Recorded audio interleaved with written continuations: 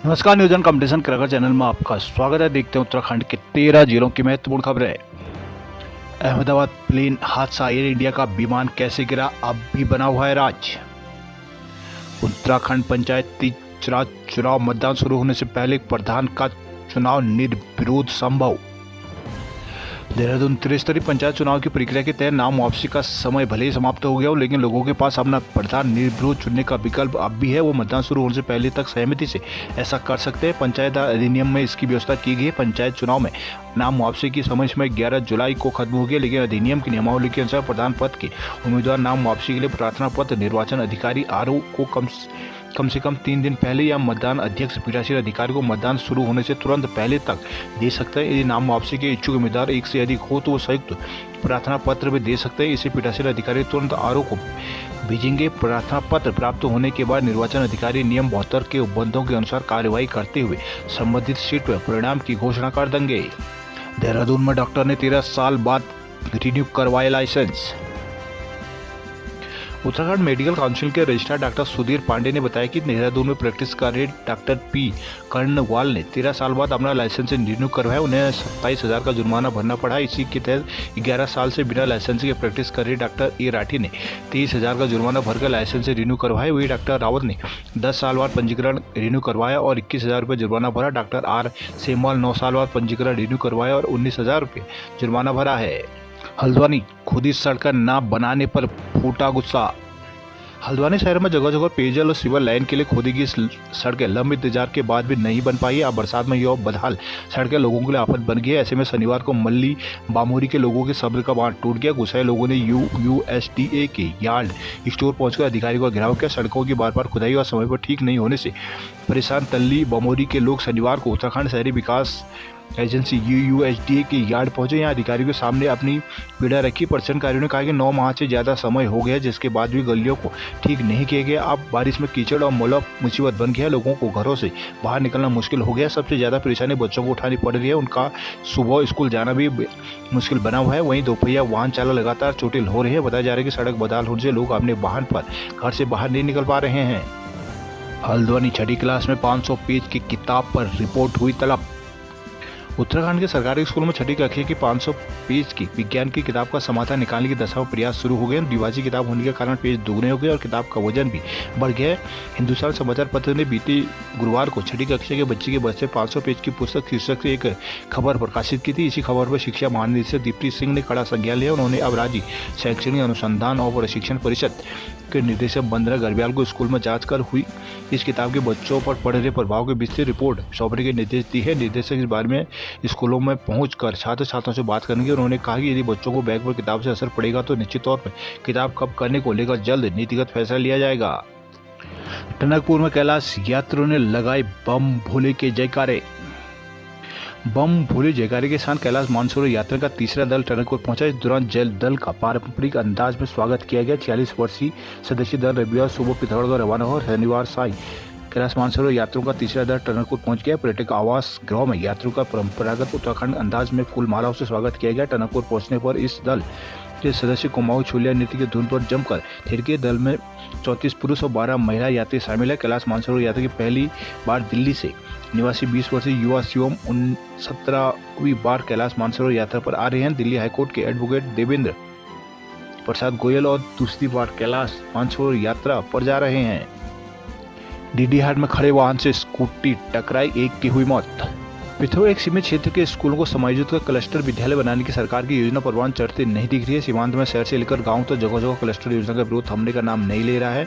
थल, गंगोलीहाट, डीडीहाट के बाद घाट क्षेत्र के ग्रामीणों ने भी क्लस्टर योजना का विरोध करना शुरू कर दिया। सरकार बच्चों के भविष्य के साथ खिलवाड़ कर रही है, जिससे बर्दाश्त नहीं किया जाएगा। जनपद में इन दिनों आए दिन क्लस्टर योजना के विरोध में स्कूली बच्चों के साथ ही अभिभावक वर्ग भी प्रदर्शन कर रहा है, विरोध जता रहे हैं। अभिभावकों का कहना है कि सरकार क्लस्टर विद्यालय के नाम पर विद्यालयों को बंद करने की तैयारी कर रही है। ऐसा हुआ तो ग्रामीण क्षेत्रों में रहने वाले बच्चों के लिए शिक्षा हासिल करना भी चुनौतीपूर्ण बन जाएगा। प्रस्तावित क्लस्टर विद्यालय किसी गाँव से 10 तो किसी क्षेत्र से 15 किलोमीटर दूरी में है। ऐसे में छात्र छात्रा आपदाग्रस्त इस जिले में कैसे योजना आवाजाही करेंगे। उधर शिक्षक संगठन में क्लस्टर योजना का विरोध जता रहे हैं। जानकारी के मुताबिक जिला मुख्यालय से लेकर धारचूला मुंशियारी में कुल 56 क्लस्टर विद्यालय बनाए जाने, जिनके बाद 138 हाईस्कूल व इंटर कॉलेज समायोजित होकर बंद हो जाएंगे।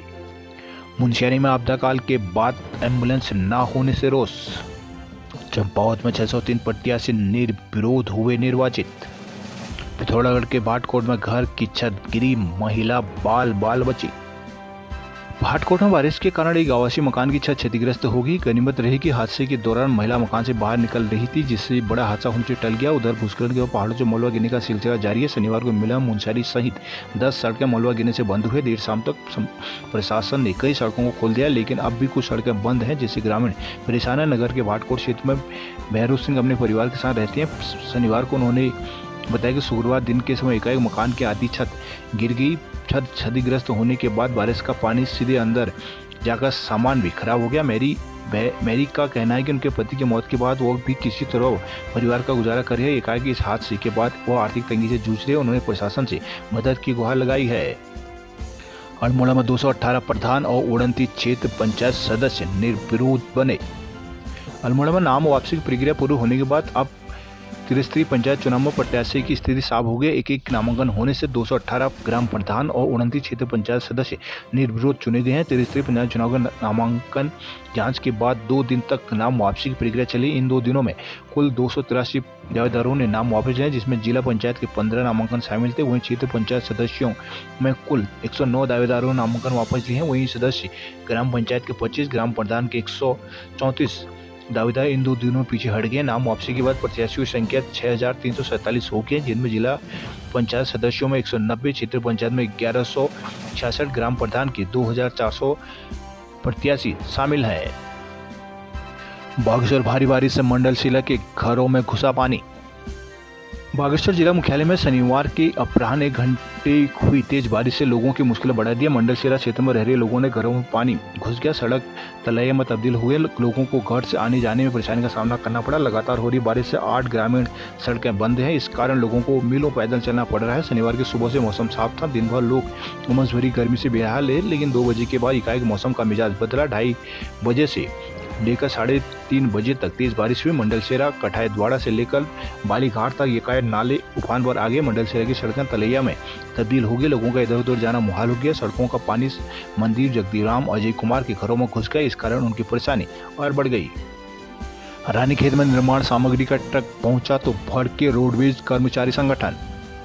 रानीखेत में जिले के पुराने रोडवेज डिपो को अस्थायी तौर पर अल्मोड़ा शिफ्ट करने का मामला अब तूल पकड़ रहा है। शनिवार की सुबह निर्माण सामग्री का ट्रक परिसर में पहुंचने से मामला बिगड़ गया। कर्मचारी संगठनों ने बगैर सूचना ट्रक भेजने का विरोध कर दिया और नारेबाजी के साथ धरना दिया। बाद में कांग्रेस अध्यक्ष करण माहरा भी समर्थकों के साथ मौके पर पहुंचे और डिपो शिफ्ट होने पर स्वयं धरने पर बैठने की चेतावनी दी। रोडवेज बस डिपो के भवन को तोड़कर नया भवन बनना है। 9 करोड़ की लागत से यहाँ बस टर्मिनल को स्वीकृति मिली है। निर्माण के लिए डिपो का अस्थायी तौर पर अल्मोड़ा शिफ्ट करने की शुरुआत है। शनिवार की सुबह अचानक निर्माण सामग्री का ट्रक यहाँ पहुंचने से हंगामा मच गया। कर्मचारी संगठनों ने कहा कि बगैर सूचना निर्माण सामग्री कैसे परिसर में पहुंच गई। डिपो कार्यालय की वैकल्पिक व्यवस्था नगर में ही करने की मांग करने लगे। इसी बीच कांग्रेस अध्यक्ष करण माहरा भी समर्थकों के साथ पहुंचे। उन्होंने कहा कि सबसे पुराने रोडवेज डिपो को शिफ्ट किया जाना दुर्भाग्यपूर्ण है। यह कर्मचारी हित में नहीं है। बाद में तहसीलदार के आश्वासन के बाद कर्मचारी संगठन मान गए और डिपो शिफ्ट होने पर फिर आंदोलन शुरू करने की चेतावनी दी है। बाजपुर पालिका अध्यक्ष का ओबीसी प्रमाण पत्र हुआ निरस्त। काशीपुर में न्यायिक अफसरों के आवासीय भवनों का हुआ लोकार्पण। रुद्रपुर ब्लॉक में 579 उम्मीदवार चुनावी मैदान में। धनसाली के नील गांव में पेड़ गिरने से 2 बच्चों का मौत। धनसाली तहसील के नील गांव में 2 बच्चों के शनिवार को दिन काला दिन साबित हुआ। पढ़ाई कर स्कूल से लौट रहे इन बच्चों के जीवन की भरभरा कर गिरा एक भारी भरकम चीड़ का पेड़ ने ले लिया। शनिवार दोपहर बाद हुई दुर्घटना में हादसे में पूरे क्षेत्र की शोक की लहर डूब गई। नील गांव में पेड़ की चपेट में आने से 2 बच्चों चचेरे भाई बहन की मौत से पूरे गांव में भी मातम पसर गया। एक और जहां ग्रामीण घटना से सदमे हुए, दोनों मृतकों के परिवार में कोहरा मचा हुआ है। 9वीं में पढ़ने वाली मानसी 5 भाई बहनों में तीसरे नंबर के जो राजकीय इंटर कॉलेज घुमेटी द्वार में पढ़ती है। वहीं आरम 2 भाई बहनों में बड़ा है जो कि 10वीं कक्षा का छात्र है। दोनों सुबह स्कूल के लिए निकले थे। छुट्टी होने के बाद घर जा रहे थे। दिन में तेज आंधी तूफान के कारण रास्ते में करीब 100 मीटर ऊपर से चीड़ का पेड़ उनके ऊपर गिर गया। इनकी चपेट में आरब सबसे पहले आए। भाई को बचाने के मानसी तरफ गई तो वह भी चपेट में आ गई। इस कारण उसकी भी जान चली गई। घटना में क्षेत्रीय विधायक शक्ति लाल शाह, नगर पंचायत अध्यक्ष आनंद बिष्ट, व्यापार मंडल अध्यक्ष डॉक्टर नरेंद्र डंगवाल, पूर्व प्रमुख बसुमती घड़ाता आदि ने गहरा दुख व्यक्त किया है। हरिद्वार के जमीन घपले में सस्पेंड अफसरों को चार्जशीट जल्द। हरिद्वार में कांवड़ को हटाने गई पुलिस टीम पर पथराव। कांवड़ यात्रा के दौरान हैदराबाद टोल प्लाजा पर हाईवे पर बैठे कांवड़ियों को हटाने पहुंची पुलिस टीम पर अचानक पथराव शुरू हो गया। पथराव में दरोगा करम सिंह चौहान गंभीर रूप से घायल हो गए। उन्हें उपचार के लिए अस्पताल में भर्ती कराया गया।